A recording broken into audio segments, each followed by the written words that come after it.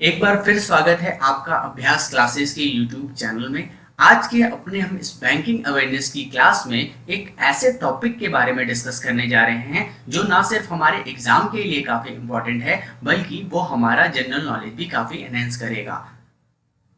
आज का जो हमारा टॉपिक है उस टॉपिक से हमारे एग्जाम में बहुत सारे क्वेश्चंस बनते हैं और साथ ही साथ उसके बहुत सारे एब्रिविएशंस भी पूछे जाते हैं। तो चलिए शुरू करते हैं हमारा आज का क्लास।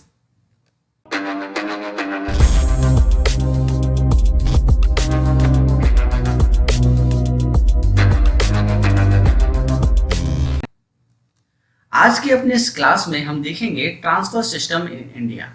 एक बैंक से दूसरे बैंक तक पैसे को ट्रांसफर करने के हमारे देश में क्या क्या सिस्टम अवेलेबल हैं और वो कैसे काम करते हैं। दोस्तों, आज से 10 साल पहले जब हम किसी दुकान पर जाते थे सामान खरीदने तो हमारे पास एक ही ऑप्शन रहता था, कैश पेमेंट करिए और सामान लीजिए।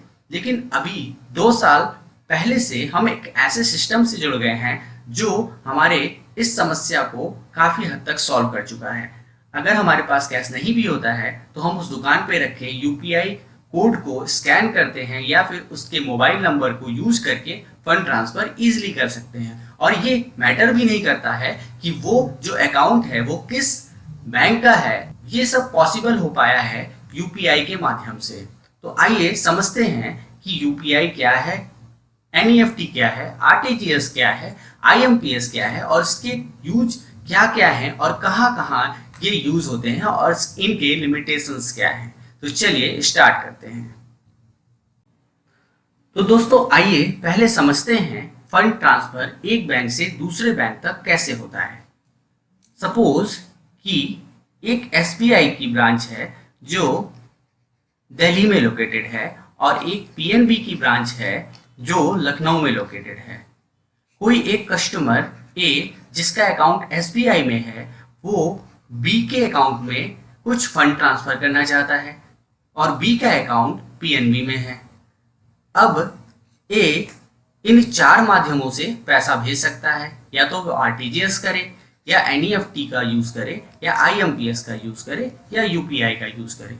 ये चारों मेथड थोड़े थोड़े डिफरेंट होते हैं, इनकी कुछ लिमिटेशंस होती हैं, वही हम अपनी इस क्लास में देखेंगे। लेकिन पहले समझते हैं इसका फंक्शन क्या होता है, फंड ट्रांसफर का क्या फंक्शन होता है। आइए देखते हैं।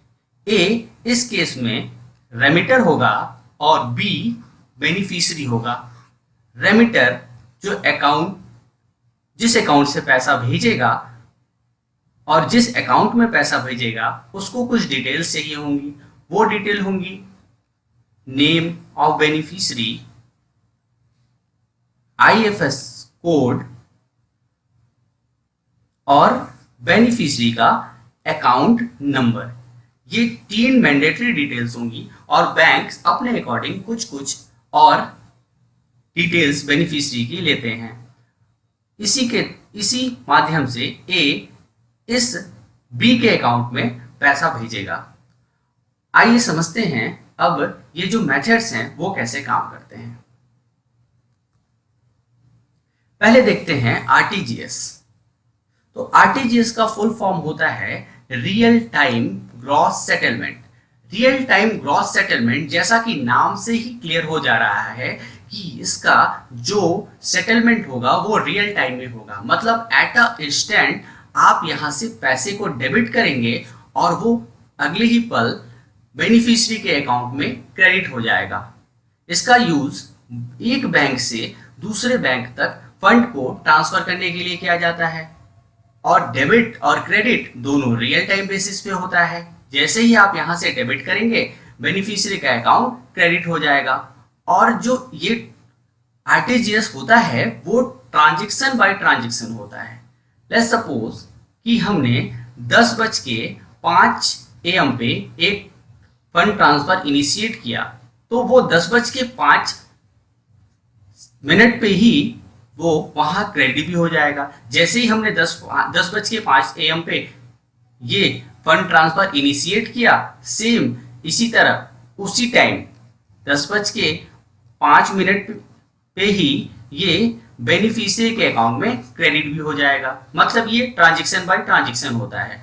अगर हमने 10:30 AM पे कोई ट्रांजेक्शन इनिशिएट किया तो वो 10:30 पे ही बेनिफिशियरी के अकाउंट में क्रेडिट हो जाता है। मतलब कि इसमें कोई बैच नहीं बनता है और ये ट्रांजेक्शन बाय ट्रांजेक्शन वर्क करता है। इसका जो मिनिमम अमाउंट है जो हम इस आरटीजीएस के माध्यम से ट्रांसफर करेंगे वो 2 लाख होता है और इसके मैक्सिमम की कोई लिमिट नहीं होती है। 14 दिसंबर 2020 से आरटीजीएस को आरबीआई ने 24/7 अवेलेबल करा दिया है, जो कि साल के 365 दिन काम करेगा। मतलब कि अब आरटीजीएस में कोई भी छुट्टी नहीं होगी। इसके पहले एक टाइम लिमिट बाउंड होता था और साथ ही साथ पब्लिक हॉलीडे, संडे और सैटरडे पे ये आरटीजीएस सिस्टम पहले काम नहीं करता था, लेकिन 14 दिसंबर 2020 के बाद से ये 24/7/365 डे अवेलेबल है। इस ट्रांजैक्शन के दौरान पहले दिन 23:50 मतलब रात के 11:50 से अगले दिन के 12 बजे 12:30 तक एक टाइम इंटरवल होता है जिसको हम end of day and begin of day time interval कहते हैं। इस ड्यूरेशन में कोई भी ट्रांजैक्शन नहीं होता है और ये एक तरह से ऐसा टाइम होता है जब आरटीजीएस सिस्टम को अगले दिन के लिए तैयार किया जाता है। अब बात करते हैं नेफ्ट की। नेफ्ट का फुल फॉर्म होता है national electronic fund transfer. RTGS के पहले से ये सिस्टम काम करता था। आरटीजीएस जब आया उसके पहले एनईएफटी से वर्क होता था। इसी वजह से इसकी जो मिनिमम लिमिट है वो 1 रुपीज है और इसकी मैक्सिमम नो लिमिट है। मतलब कि कितना भी पैसा आप इस माध्यम से भेज सकते हैं। एक बैंक से दूसरे बैंक तक फंड ट्रांसफर के लिए ये मेथड भी यूज किया जाता है, लेकिन जो इसका सेटलमेंट होता है वो बैचेस में होता है। हाफ ईयरली बैचेस बनती हैं और एक दिन में 48 बैचेस बनती हैं। मतलब कि एक आवर में 2 बैच बनते हैं और वो 2 बैच 30 मिनट्स और 30 मिनट्स के होते हैं। आइए समझते हैं बैच का क्या मतलब होता है। मान लीजिए बैंक से ट्रांजैक्शन हो रहा है, 10 बजे बैंक ओपन होता है और 10:30 तक इस टाइम इंटरवल के बीच में 15 ट्रांजैक्शन होते हैं। ये जो 15 ट्रांजैक्शन हैं वो 10:30 पे फाइनल होते हैं। ठीक इसी तरह 10:30 से 11 बजे तक मान लीजिए 30 ट्रांजैक्शन होते हैं और ये 30 ट्रांजैक्शन 11 बजे फाइनल होते हैं। इसी तरह हर हाफ एन आवर के बाद ये जो बैच होता है वो क्लियर होता जाता है।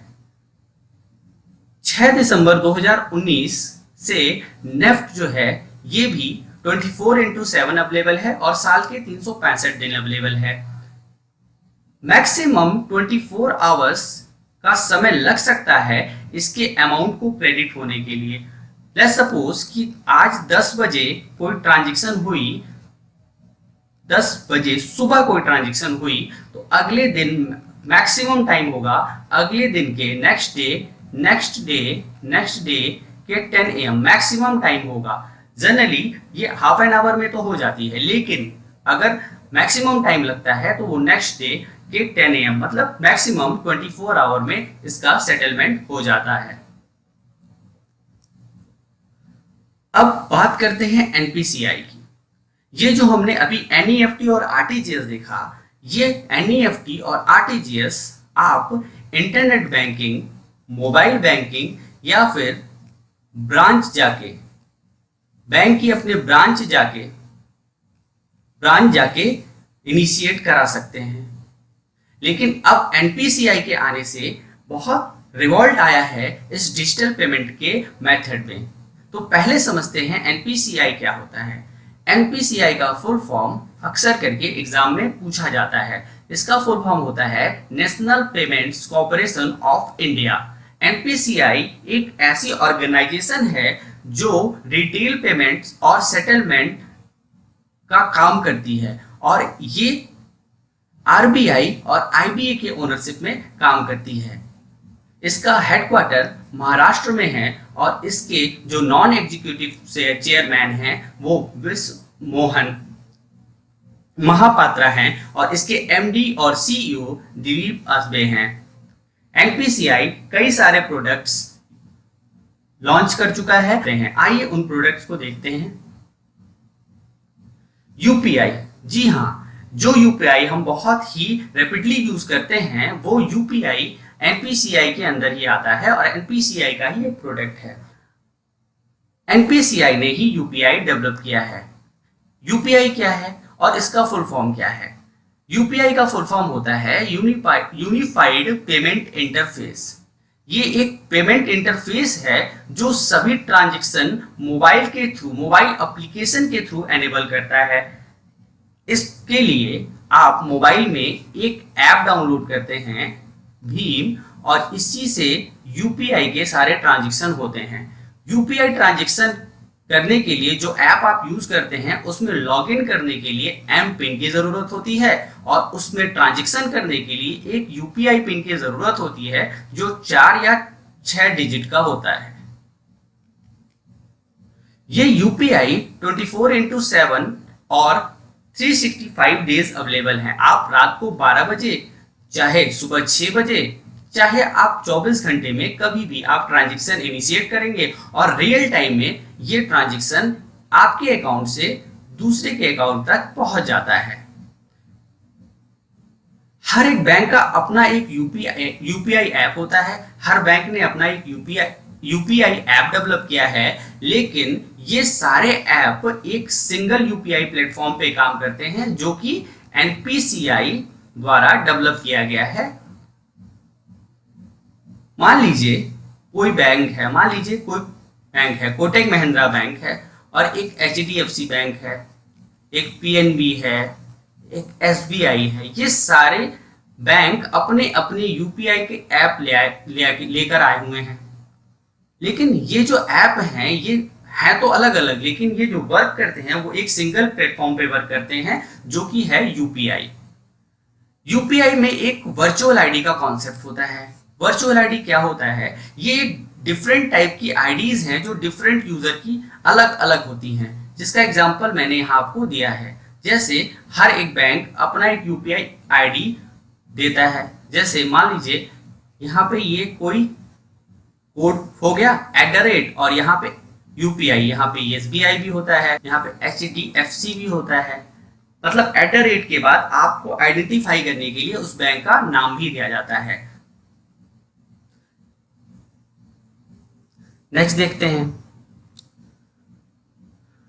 यूपीआई की एक कोर अपर लिमिट होती है जो कि है 1 लाख रुपए। मतलब कि 1 लाख रुपए से ज्यादा हम पर ट्रांजैक्शन यूपीआई में नहीं कर सकते हैं। पर ट्रांजैक्शन 1 लाख रुपए होता है, लेकिन बैंक कुछ अपने अकॉर्डिंग भी लिमिट सेट करते हैं, लेकिन वो लिमिट कभी भी 1 लाख रुपए से ज्यादा नहीं होगी। मतलब पर ट्रांजैक्शन हम मैक्सिमम 1 लाख रुपए ही यूपीआई से ट्रांसफर कर सकते हैं। बैंक्स इसमें डेली और वीकली ट्रांजैक्शन लिमिट भी सेट करती हैं। नेक्स्ट है आईएमपीएस। आईएमपीएस का फुल फॉर्म होता है इमीडिएट पेमेंट सर्विस। ये जस्ट लाइक यूपीआई, एनईएफटी और आरटीजीएस की तरह ही है। इसमें real time payment settlement system है। ये एनपीसीआई द्वारा डेवलप किया गया है। These transaction can be done by any digital medium। ये किसी भी डिजिटल मीडियम से ट्रांजेक्शन किए जा सकते हैं, चाहे आप इंटरनेट बैंकिंग यूज कर लीजिए, चाहे आप मोबाइल बैंकिंग यूज कर लीजिए। ये दोनों में से किसी भी डिजिटल मीडियम से किए जा सकते हैं। और ये आईएमपीएस भी 24/7 अवेलेबल है और ये साल के 365 दिन अवेलेबल है। यूपीआई में मनी ट्रांसफर करने के लिए 2 मेथड यूज होता है। एक मेथड होता है P2P का और एक मेथड होता है P2A का। आइए समझते हैं P2P और P2A क्या होता है। MMID का यूज करके हम P2P ट्रांजेक्शन करते हैं। P2P ट्रांजेक्शन का मतलब होता है पर्सन टू पर्सन। MMID का फुल फॉर्म क्या होता है, ये एग्जाम में पूछा जा सकता है। MMID का फुल फॉर्म होता है मोबाइल मनी आइडेंटिफायर, जो P2P ट्रांजेक्शन मतलब पर्सन टू पर्सन ट्रांजेक्शन के लिए यूज होता है। और ये MMID 7 डिजिट का एक कोड होता है जो आपको आपके बैंक द्वारा मिलता है। जबकि बैंक अकाउंट और IFSC का यूज करके P2A मतलब पर्सन टू अकाउंट ट्रांसफर किया जा सकता है। ये जस्ट लाइक NEFT और RTGS की तरह है, और ये जस्ट लाइक आपका UPI की तरह है। इसीलिए मैंने यहां बोला था कि ये जस्ट लाइक इन तीनों की तरह है। IMPS की मिनिमम लिमिट 1 रुपीज है और मैक्सिमम लिमिट 2 लाख है। बट डिफरेंट बैंक अपने अकॉर्डिंग बहुत सारे लिमिट सेट कर देते हैं, चाहे वीकली, चाहे मंथली, चाहे पर डे के ट्रांजेक्शन के हिसाब से। नेक्स्ट है Bharat bill pay. Bharat bill pay एक ऐसा कॉमन एप्लीकेशन डेवलप किया है NPCI ने, जिसके द्वारा हम कोई भी one stop solution all bill payment, कोई भी बिल पेमेंट कर सकते हैं। और उसके लिए हमें credit card, debit card, internet banking, mobile banking, UPI या वैलेट्स का यूज करना होता है। वैलेट्स ऐप वाइज एक डिजिटल वैलेट होता है जो आपके ऐप में आपके फंड को स्टोर करता है। इसे ही वैलेट कहते हैं। ये वैलेट आपको बैंक में नहीं मिलेगा, लेकिन ये आपको बैंक के मोबाइल ऐप में जरूर मिल जाएगा। भारत बिल पे ये ऑथराइज्ड है RBI से, और इसका जो मैनेजमेंट है वो NPCI करता है। इसको अदर वर्ड्स में ये कह सकते हैं कि ये एक ई-कॉमर्स प्लेटफॉर्म है। जिस ई-कॉमर्स का मतलब क्या होता है, ये भी एग्जाम में अक्सर पूछा जाता है। ई-कॉमर्स का मतलब होता है इलेक्ट्रॉनिक कॉमर्स, मतलब कि वैसे खरीदारी या वैसे ट्रांजेक्शन्स या वैसे सेल और परचेज जो ई माध्यम यानी इलेक्ट्रॉनिक माध्यम से इंटरनेट द्वारा किए जाते हैं। NPCI के प्रोडक्ट्स में कुछ और प्रोडक्ट्स हैं, जैसे NACH। NACH का फुल फॉर्म होता है national automated clearing house. National automated clearing house, clearing house के बारे में RBI के चैप्टर में मैंने आपको बताया था। अब ये क्लियरिंग हाउस क्या है? ये ऐसा क्लियरिंग हाउस है जो बड़े बड़े ट्रांजेक्शन, ज्यादा बड़े ट्रांजेक्शन्स का क्लियरिंग करते हैं, और उनका जो चेक होता है उसके इमेज से ही वो ट्रांजेक्शन हो जाते हैं, जिससे चेक के फिजिकल मूवमेंट को आज़ादी मिलती है और यहाँ इमीडिएट पेमेंट्स ट्रांसफर कर दिए जाते हैं। और ये पूरा सिस्टम NPCI के प्लेटफॉर्म पे वर्क करता है। नेक्स्ट है आधार एनेबल्ड पेमेंट सिस्टम। आधार एनेबल्ड पेमेंट सिस्टम आधार कार्ड में जो आपकी बायोमेट्रिक डाटा होती है उस डाटा को आपके बैंक अकाउंट से लिंक करता है।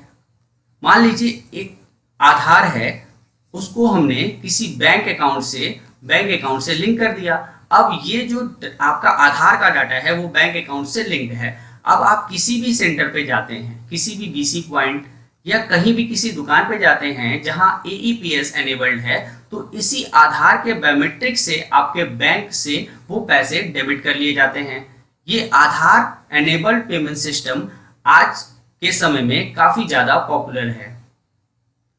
नेक्स्ट है NFS, national financial switch. National financial switch क्या होता है? आपने कभी सोचा है क्या कि किसी ATM पे हम जाते हैं और SBI के ATM में हम HDFC के कार्ड से पैसा निकाल सकते हैं। ये सारा सेटलमेंट कैसे होता होगा? आपने कार्ड तो लगाया SBI का, आपका अकाउंट तो SBI में है, और आप ट्रांजेक्शन कर रहे हैं HDFC के ATM से। HDFC का जो ATM मशीन है वो आपके SBI का डाटा कैसे पता करता होगा? ये सारा चीज पॉसिबल हो पाता है नेशनल फाइनेंशियल स्विच से। नेशनल फाइनेंशियल स्विच एक ऐसा सिस्टम है जो सारे बैंकों के एटीएम को एक प्लेटफॉर्म पे जोड़ के उनके डाटाबेस का अदला बदली करके इस जो भी प्रोसेस को बहुत ही इजी बना देता है, जिससे हमें within no times transaction करने में सफलता मिलती है। स्टार 99 हैश ये भी एनपीसीआई द्वारा डेवलप किया गया एक प्रोडक्ट है। ये एक ऐसा प्रोडक्ट है जो मोबाइल के यूएसएसडी पे काम करता है। यूएसएसडी का फुल फॉर्म होता है अनस्ट्रक्चर्ड सप्लीमेंट्री सर्विस डाटा।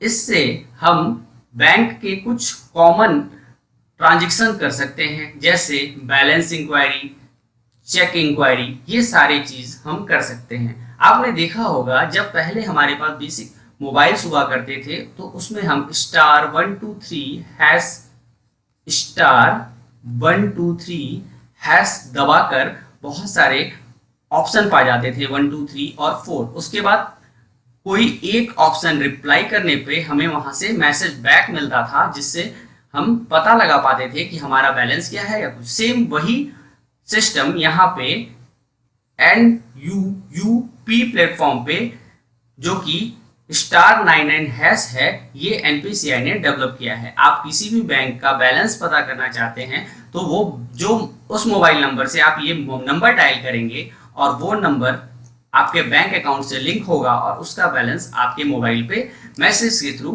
पता चल जाएगा। एनपीसीआई के कुछ और प्रोडक्ट्स हैं। एनपीसीआई के कुछ प्रोडक्ट्स जैसे कि सीटीएस, जिसको हम चेक ट्रंकेशन सिस्टम कहते हैं। चेक ट्रंकेशन सिस्टम ये बेसिकली बैंक की ब्रांचेस में होती हैं। बैंक की ब्रांचेस पहले जो फिजिकल क्लियरिंग हाउस में जो काम करती थी, वो अब ऑनलाइन स्कैन करके इमेज के ट्रांसफर से वो काम कर लेती हैं और चेक का क्लियरिंग कराती हैं। चेक का क्लियरिंग और चेक ट्रंकेशन सिस्टम को हम और डिटेल में एनआई एक्ट में समझेंगे। एक और प्रोडक्ट है national common mobility card. National common mobility card एक ऐसा प्रोडक्ट है, जैसे मान लीजिए आपके पास एक कार्ड दिया गया हो और उसमें आप एटीएम और मेट्रो का किराया भी दे दें और भी बहुत सारे काम एक कॉमन कार्ड से कर लें। मेट्रो का किराया दे दे, बस का किराया दे दे, ट्रेन का किराया दे दे, एटीएम का भी वो काम करे। इस टाइप के कार्ड को नेशनल कॉमन मोबिलिटी कार्ड का नाम दिया गया है। ये भी एनपीसीआई द्वारा डेवलप किया गया है। तो फ्रेंड्स, आज के क्लास में इतना ही। नेक्स्ट वीडियो बहुत जल्द आपको मिलेगा। तब तक स्वस्थ रहिए, खुश रहिए और इस वीडियो को लाइक और शेयर करते रहिए।